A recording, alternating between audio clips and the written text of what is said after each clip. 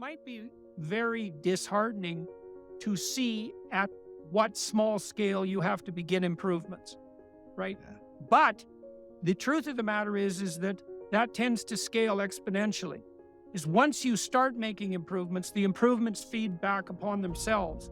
And so even if you have to start out small, it doesn't take very long before you're on the upward trajectory, and it's not linear. You can fail precipitously, right? But you can also succeed precipitously. Once you get the ball rolling, positive things tend to aggregate together, and you can make a lot of progress even if you start from a pretty damn dismal place. Responsibility in some sense, that's maturity, but I would also say that's the adventure of your life. And how is that tied to the idea of sacrifice? Well, what do you have to sacrifice if you're responsible? And the answer is you have to sacrifice your short-term, hedonic, and immature whims, right?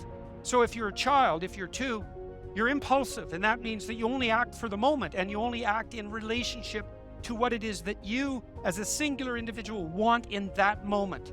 And that's just not a tenable solution to the complexities of life, because you don't just exist in a moment.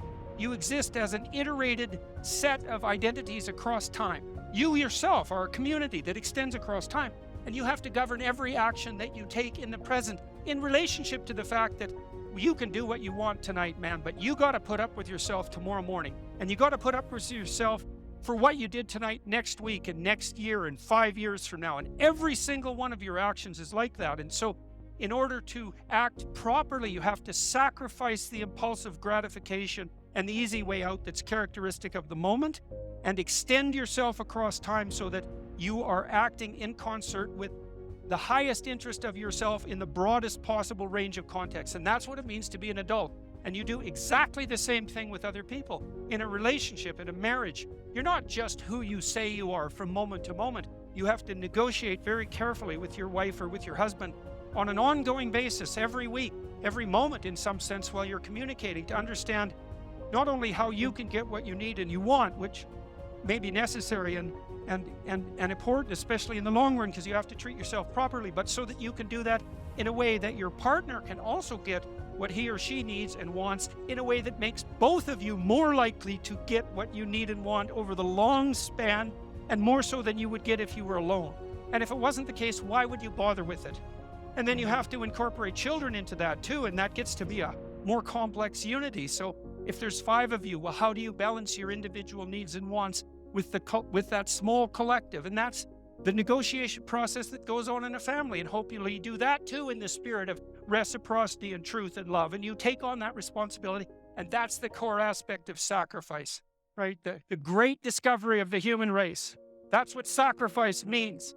And you sacrifice the foolishness of yourself. You sacrifice the momentary foolishness of yourself to the highest good that you can possibly imagine. And there's nothing in that isn't good, even though it's difficult. And that's not mere inhibition of those impulsive gratifications that, if only were allowed to be manifest fully, would set you free. Quite the contrary, you would have precisely the freedom of an extremely badly behaved 2-year-old. And that's no freedom at all, right? All that is freedom to wander in the street and get crushed by the first car that drives by. There's nothing in that that's proper. Buddha said, well, don't be too attached to things. And what does that mean? It doesn't mean deny the world. It might mean deny the world if you're too in love with the material, like with material well-being, let's say, then your pathway to transcendence and meaning might be to abandon that, because it's constraining you. It's making you less than you could be. But the fundamental lesson, the more fundamental lesson that's underneath that is, don't let what you are stop you from being what you could be. Right. And so then the question is, well, what do you identify with? Do you identify with what you are? Then you're a tyrant. Do you identify with chaos? Because that's the opposite of order, say. Then you're nihilistic. You don't identify with either of those. You know that they're both necessary. You know that you have to live with both of them, but you identify with the capacity to continually transcend what you are. And then you seek out error. That's what humility is. Like, I'm error-ridden. It's like, so I want to put myself in a situation where I can discover one of my errors, hopefully not in a way that's going to knock me completely out of the game, right? I want to seek out a challenge. I want to find out where my limits are. I want to find out where there's not enough of me yet. And I want to do that in a way that's engaging, because you can wear yourself out fighting dragons. Obviously, you can exhaust yourself completely, and that's not helpful. One of the things I learned, for example, when I was coaching lawyers, these were people who had very high-end careers, and so they had an infinite workload. No matter how much they worked, flat out, there was always way more work that they should do. It's a very difficult thing to learn to manage. And so they were exhausting themselves, and I said, well, you have to work less per day. It's like, well, no, that's not happening. I can't do that. And so what I learned over time was, okay, so this is what you have to do. Every 3 months, you have to block off 4 days and go have a vacation. And you have to plan that in advance so it's in your calendar so that your secretary doesn't book your time. And then you need that because you have to recuperate enough so that you can work as hard as you're going to work. And of course, they were nervous about that. And I said, well, look, we can calibrate this. Let's keep track of your billable hours over the next year and see if they increase or decrease. Because I bet you if you take more time off, you'll actually have more billable hours. You'll actually have your cake and eat it too. You'll get to have a vacation and you'll be more productive. And that inevitably, that was what happened. And so that's a matter of calibrating the game properly, right? You want to play a game that you can play today, but also one that you can play next week and next month. We're not talking about, your career this week. We're talking about you having a career that lasts 30 years, that doesn't kill you, that doesn't make you hate yourself or the job, that doesn't make you bitter, that doesn't wear you to a frazzle. So it has to be optimized. And so I think that you can, in fact, decide to take on the load that's optimally meaningful if you want, and then you get to have your cake and eat it too. You're on the pathway to continual incremental improvement. You only have to burn off a feather at a time instead of having the whole bloody thing burst into flames. But it's a constant source of renewal. And there's an idea that to be renewed, you have to drink the water of life, right?